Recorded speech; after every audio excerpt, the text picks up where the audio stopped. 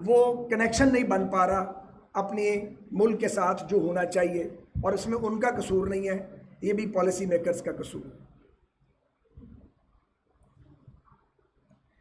यहाँ पे अभी आजकल इंडो पाक टेंशन का दौर है। ये बड़ी ही एक अफसोसनाक सूरत हाल है जिसमें से ये पूरा खित्ता गुजर रहा है। मेरा मौक़िफ़ ये है कि जो हिंदुस्तान के दानिश्वर हैं, और ख़ास तौर पे जो हिंदुस्तान का वो तबका है जो अखंड भारत का हामी है, उनको अपने ख़यालात को रिविज़िट करना चाहिए। उसकी वजह यह है कि उन्होंने बहुत तजर्बा करके देख लिया, अपनी तमाम तर ताकत, अददी बरतरी और वसाइल जो उनके हमसे बहुत ज़्यादा हैं, इसके बावजूद एक तजुर्बा हुआ था जिसमें हिंदुस्तान भी शामिल था और हम भी शामिल थे।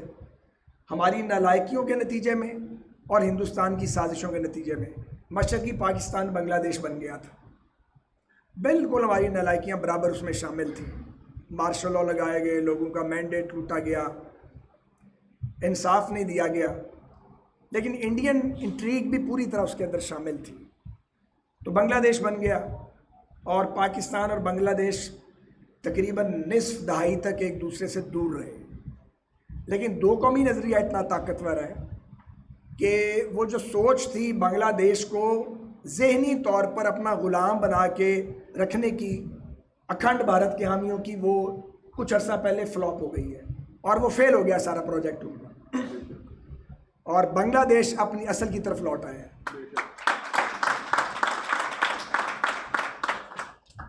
इसी तरह कश्मीर तमाम तर जबर, इंसानी हकूक़ की बदतरीन खिलाफ वर्जियों और जारे भारतीय अफवाज के और सिक्योरिटी फोर्सेस के अनप्रेसिडेंटेड मजालिम के बावजूद और अरबों डॉलर खर्च करने के बावजूद अखंड भारत के हामी न तो कश्मीरियों के जज्बा आज़ादी को सर्द कर सके हैं और ना पाकिस्तान से उनके रिश्ते को कमज़ोर कर सके, और वो अपनी जगह उसी तरह मौजूद और मजबूत है, क्योंकि सच यही है। तो ये दो मिसालें बहुत काफ़ी हैं। मैं ये समझता हूँ कि बजाय जंगी जनून पैदा करने के खित्ते में या एक दूसरे के ख़िलाफ़ प्रॉक्सी वॉर करने के, ज़्यादा बेहतर ये है कि एक दूसरे को फतह करने की बजाय, वो सोच रखने की बजाय बैठना चाहिए, डायलॉग करना चाहिए और मीनिंगफुल डायलॉग होना चाहिए, जिसमें सबसे सरे फहरिस्त कश्मीर में यूएन रेजोल्यूशंस के मुताबिक इस्तिस्वाब राय का मामला होना चाहिए। जो ख़तरा है हिंदुस्तान को, हमें उसका भी अंदाज़ा होना चाहिए। वो ये समझते हैं कि अगर उनके बाज़ लोग ये समझते हैं, और ये गालिब अक्सरियत जो है एक्सट्रीमिस्ट की, वो ये समझती है कि अगर कश्मीरियों को ये मौका मिल जाए तो फिर बाकी स्टेट्स भी उठ खड़ी होंगी। ऐसा नहीं है। कश्मीर की जो डिसीजन है कि वो किसके साथ जाएगा, ये तो तकसीम बर्रे सगीर का इनकम्प्लीट एजेंडा है, और इस पर इंडियन लीडरशिप की, टॉप लीडरशिप की गारंटीज और रिटर्न अंडरटेकिंग्स मौजूद है यूएन के अंदर, और यूएन रेजोल्यूशंस हैं। सो कश्मीरियों का मामला उन तमाम रियासतों से मुख्तलिफ है जो भारत से आज़ादी चाहती हैं, लेकिन जब तक इस मसले के ऊपर उनको इस्तिस्वाब राय का और अपनी किस्मत का फैसला करने का हक नहीं मिलता, ये खित्ता फ्लैश पॉइंट बना रहेगा। इसका इदराक बहरहाल भारत को करना है। पाकिस्तान तो इसका हामी है, और भारत के दानिश्वरों को ये बात भी और उनके हुक्मरान तबकात को समझ लेनी चाहिए कि पाकिस्तान से इंगेज करके वो हमारा नुकसान कम करते हैं और अपना ज़्यादा करते हैं, क्योंकि वो दुनिया का आबादी के लिहाज से सबसे बड़ा मुल्क बन चुका है। उनकी इकॉनमी मल्टाइल टाइम ज़्यादा है, हमसे बहुत बड़ी इकॉनमी है उनकी, लेकिन अपने से 6 गुना आबादी में छोटे और वसाइल में कई गुना छोटे मुल्क के साथ इंगेज करके वो सुपर पावर्स में या रीजनल पावर्स में शामिल होने की अपॉर्चुनिटी को लूज कर रहे हैं। उनको ये बात भी पता होनी चाहिए कि हम एटम बॉम्ब तो बना चुके थे, उसका धमाका नहीं कर सकते थे। अगर इंडियन मेहरबानी ना करते और वो न्यूक्लियर एक्सप्लोजन ना करते, तभी पाकिस्तान को मौका मिला कि वो भी अपना आप जो है उसको ओपन कर दे। बॉम्ब तो बन गया हुआ था, लेकिन उसका धमाका करना जो था वो पूरी दुनिया से एक झगड़ा लेने के मुतरादिफ था। वो झगड़ा लिया भी गया, लेकिन उसमें बहुत बड़ा फैक्टर ये था कि इंडिया ने ये कर दिया था और पाकिस्तान को रोकना आसान नहीं था। तो इंडियन लीडरशिप को ये सोचना चाहिए कि आए रोज़ इस तरह के वाक़यात पे वो पाकिस्तान को मतून करते हैं किसी सबूत के बगैर। अगली बात यह है कि पहलगाम अटैक का बेनिफिशरी कौन है। मैं पाकिस्तानी हूँ, ज़ाहिर है पाकिस्तान के हक़ में बात करूँगा, लेकिन मैं इम्पार्शल रहने की कोशिश ज़रूर कर रहा हूँ। पाकिस्तान कैसे पहलगाम अटैक का बेनिफिशरी है? हम तो कोई डिस्टर्बेंस खित्ते में, कोई लड़ाई झगड़ा इन हालात में हम तो अफोर्ड नहीं करते, क्योंकि हम तो बड़ी मुश्किल से अपने इकनॉमिक मेल्ट डाउन से निकले हैं और दोबारा हमने सफ़र शुरू किया है। तो पाकिस्तान तो नहीं चाहता कि खित्ते में लड़ाई हो और दोनों तरफ खून बहे, लेकिन इंडियन लीडरशिप को वो पॉलिटिकल लीडरशिप, ज़ाहिर वहाँ पे पॉलिटिकल लीडरशिप की कमांड ज़्यादा है, गिरफ्त उनकी ज़्यादा है। उनको ये फैसला करना है कि उन्होंने कब तक अपने आप को पाकिस्तान के साथ इंगेज रखना है। और उन्हें ये बात भी पता होनी चाहिए, और पता है कि अगर खुदा न खास्ता ये जंग छिड़ गई और अगर ये कहीं ऑल आउट वॉर की तरफ चला गया मामला, तो इंडिया का नुकसान पाकिस्तान से बहुत ज़्यादा हो जाएगा। मैं इसकी तफसील में नहीं जाना चाहता, क्योंकि वो फिर ये तासुर दिया जाता है कि पाकिस्तान के सियासतदान और पाकिस्तान के जो नुमाइंदे हैं लोगों के, वो शायद जंग चाहते हैं। हम जंग बिल्कुल नहीं चाहते और हमें खौफ भी कोई नहीं है, क्योंकि हम तो खुदाए वाहिद के मानने वाले हैं, जहाद पे यकीन रखते हैं। और ये यकीन है हमें कि हमें तो अगर इस तरह मौत आएगी तो शहादत की मौत है। लेकिन मैं ये ज़रूर कहूँगा कि पाकिस्तान ने इस क्राइसिस में अपने आप को ठीक तरीके से कंडक्ट किया है। और ये जो हमने एक रियासत ने ये इशू रेज़ किया है कि जी हम तैयार हैं कोऑपरेशन के लिए, अगर इम्पार्शल गैर जानिबदाराना तहकीकात के लिए हम तैयार हैं, हम ताउन करने को भी तैयार हैं, तो इंडिया को इसका जवाब देना चाहिए। मगर वो चुप करके बैठे हुए हैं, वो बोल नहीं रहे। अल्लाह ताला खैर करेगा और ख़ित्ते से जंग के बादल जो हैं वो ख़त्म होंगे इंशाअल्लाह ताला। काफ़ी इंटरनेशनल कम्युनिटी भी अब इसमें इन्वॉल्व हो गई है।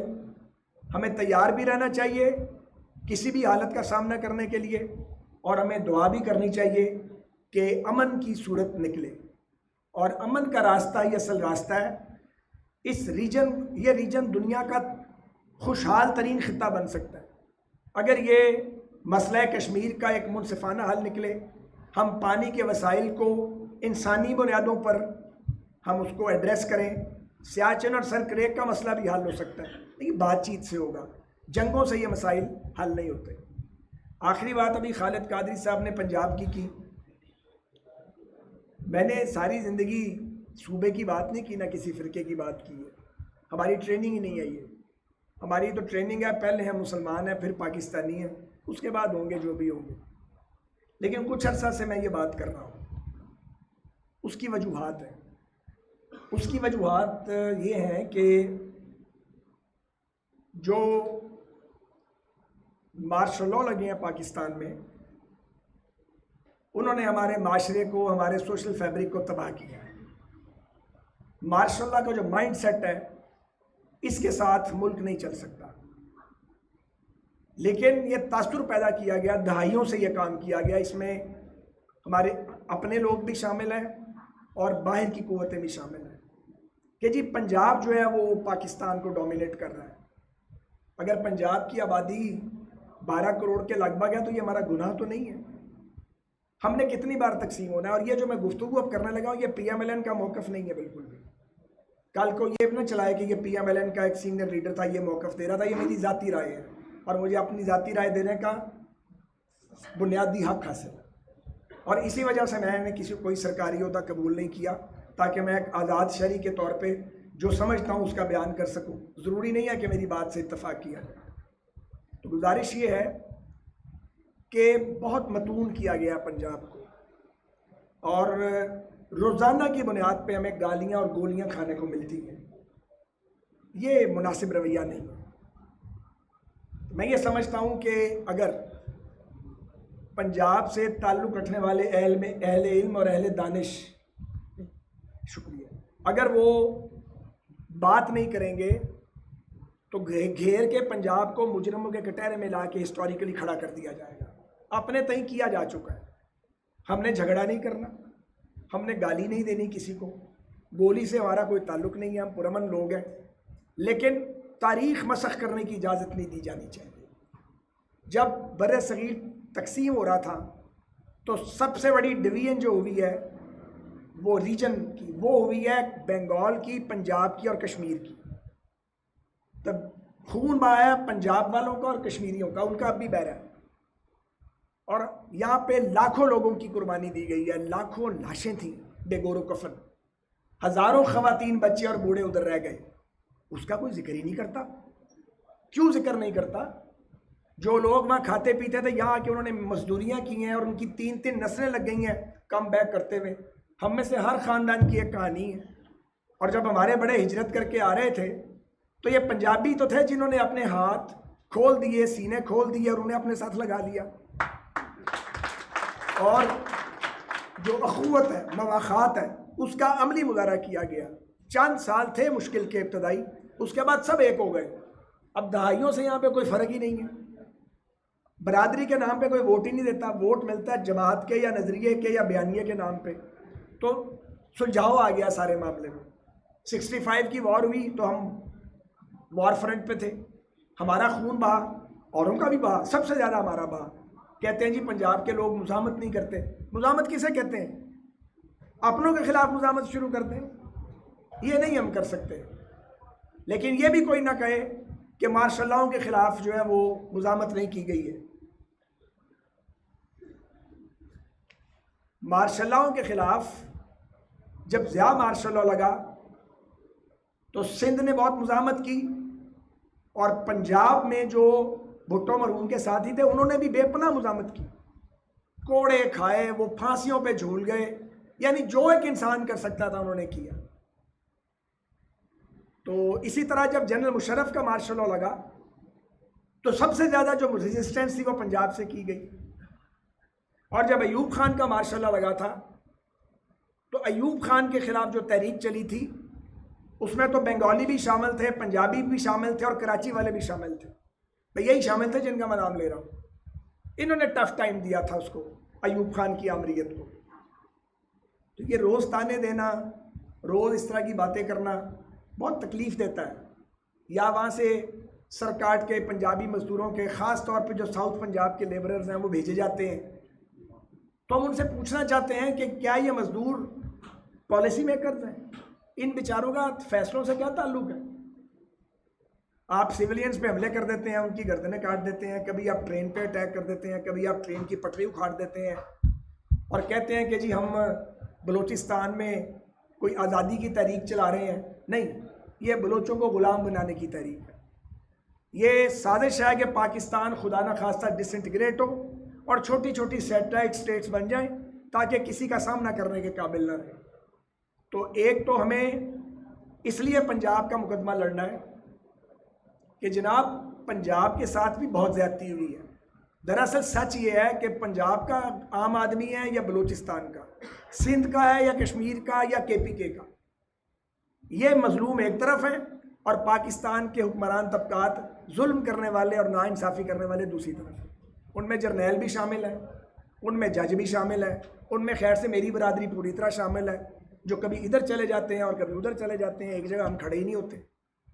तो उसके बाद माजरत के साथ वो उलमा शामिल हैं जो फ़िरका वारियत को हवा देते हैं। फिर वो अहले कलम है जो बिक जाते हैं और हर आने वाले को अमीरुल मोमिनीन करार देना शुरू कर देते हैं और जब जाता है तो उसको गालियाँ देना शुरू कर देते हैं।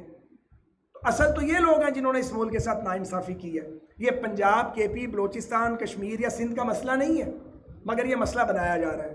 तो हमने पंजाब के नौजवान को मुश्तिल नहीं होने देना, क्योंकि इश्ताल पैदा होना शुरू हो गया है और इश्ताल बड़ा तो उससे ख़राबी होगी।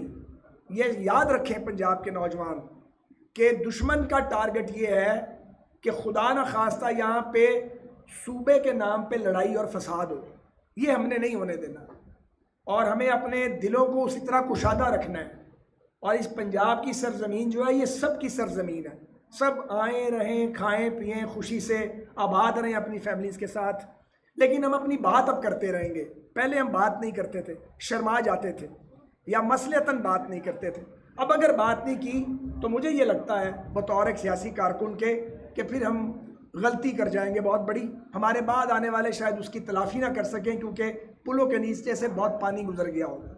सो यहाँ पे जैसे पिछले पानी की बात हो रही थी कि जी हम नहरें नहीं निकालने देंगे। भाईजान नहरें क्यों नहीं निकालने देंगे? 91 का वाटर रिकॉर्ड मौजूद है। पहले आपने कालाबाग डैम नहीं बनने दिया और कालाबाग डैम को पोलिटिसाइज कर दिया गया। इसलिए मैंने आपको कहा था कि ये मेरा ज़ाती मौक़िफ़ है ताकि कोई और यहाँ पे फायरवर्क्स ना शुरू हो जाए इसके बाद। तो कालाबाग डैम जिन्होंने नहीं बनने दिया उन्होंने ज़्यादती की है, अपने साथ भी ज़्यादती की है। सिर्फ पंजाब के साथ ज़्यादती नहीं की, अपने साथ भी ज़्यादती की है। आज रो रहे हैं जी कि बिजली बड़ी महंगी है, तो बिजली तो महंगी होनी थी। जब आप हाइडल पावर करने ही नहीं देंगे और रोना शुरू कर देंगे और पॉलिटिसाइज कर देंगे चीज़ों को, तो फिर हाइडल पावर कहाँ से आएगा आपके पास? ये दुरुस्त है कि दरियाए सिंध का डेल्टा जो है उसको प्रोटेक्ट होना चाहिए ताकि समंदर ऊपर की तरफ ना आए, पर बैठ के बात करनी पड़ेगी ना। धरने देने से, जुलूस निकालने से या रास्ते बंद कर देने से या लोगों का अरबों रुपए का आपने नुकसान कर दिया धरने दे के, ये कोई तरीकाकार नहीं है। बिल्कुल हम इसकी हमायत नहीं करते। ठीक है, हुकूमत ने बैठ के काउंसिल ऑफ कॉमन इंटरेस्ट में ये बात की है, अच्छी बात है, पहले कर लेनी चाहिए थी, बजाय इतनी ताख़ीर हुई पहले हो जानी चाहिए थी ये बात। इसी तरह जो चोलिस्तान कैनाल का मामला है उसके ऊपर सवालिया निशान सिर्फ सिंध में नहीं है, पंजाब के अंदर भी है। उस पर बात होनी चाहिए यहाँ पे कि पहले ग्रेटर थल कैनाल ने बनना है या पहले चोलिस्तान कैनाल ने बनना है। और दूसरी बात ये भी कि कौन सा इलाका ज़्यादा फर्टाइल है, जिसकी सॉइल ज़्यादा ऐसी है कि जल्दी वहाँ पे पानी होगा तो ग्रीनरी जो है वो डेवलप होगी।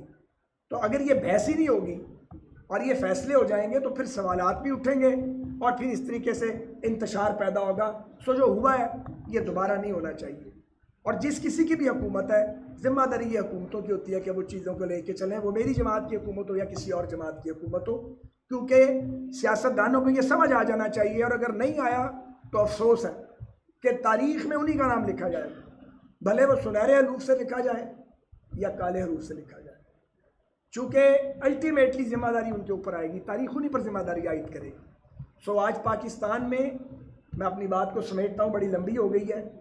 ज़रूरत इस अमर की है कि ये जो पॉलिटिकल टेम्परेचर बढ़ गया इसको किसी तरीके से कम किया जाए। और मेरी बात अच्छी लगे या बुरी, बाज़ लोगों को बहुत बुरी लगती है, पर मैं ये समझता हूँ कि एक दूसरे को माफ़ करने की हिम्मत होनी चाहिए। ये अगर निज़ाम चलता रहा, आपने मुझसे जुल्म किया, फिर मैंने आपसे जुल्म किया, फिर आपका मैंडेट मैंने ले लिया, मेरा मैंडेट आपने ले लिया, ये कहीं फुल स्टॉप लगना चाहिए। बहुत तमाशा हो गया इस मुल्क के साथ, लोग तंग आए हुए हैं। और अगर ये बात समझ ना आई पाकिस्तान के डिसीजन मेकर्स को, तो मैं बहुत ऑनेस्टी से कहता हूँ कि क़यादतें मकबूल हैं या कबूल हैं, बाहर है या अंदर है। लोग ये क़यादतें जो हैं इनसे फिर फेडअप हो जाएंगे। और शायद मेरी एज ग्रुप के अंदर तो अब तब्दीली वाली हिम्मत रह नहीं गई, लेकिन ये जो यंगस्टर बैठे हैं ये सारी चीज़ों को ऑब्जर्व कर रहे हैं, वो देख रहे हैं हर वक्त की लड़ाई यार, हर वक्त एक दूसरे की टांगें खींचना, हर वक्त एक दूसरे पे तानाबाजी करना। टॉक शोज में जाते हैं तो शौकनों की तरह लड़ना शुरू कर देते हैं। मैं कई साल से टॉक शोज में नहीं गया, तो भाई मैं नहीं लड़ सकता किसी के साथ, शौकनों के साथ ना मैं झूठ बोलने के लिए तैयार हूँ। ऐਵੇਂ गलत दिफा करते जाओ। हर एक ने अपने लीडर को कोई पता नहीं कौन सा बुत बना लिया है, उन्हें इंसानों से ही मुहावरा कर दिया है। भाई लीडर होते हैं, इंसान होते हैं, वो देवता नहीं है, उनको इंसान ही समझे। जहाँ ठीक बात करते हैं, हमायत करें, गलती करते हैं तो उसको उनको टोकेंगे ये गलत है, ये नहीं ठीक। लेकिन ये कल्चर भी हमारे यहाँ जो है ये तकरीबन दम तोड़ चुका है। तो मैं बहुत शुक्रगुजार हूँ, आपने बहुत सी देर मुझे बर्दाश्त किया, मेरी बात सुनी। हम सब जहाँ भी हैं, आप में से कोई किसी जमात के साथ वाबस्ता होगा, कोई किसी के साथ, ये आपका फंडामेंटल राइट है। किसी पार्टी के साथ अटैचमेंट को पाकिस्तान में जुर्म नहीं होना चाहिए। पाकिस्तान पाइंदा।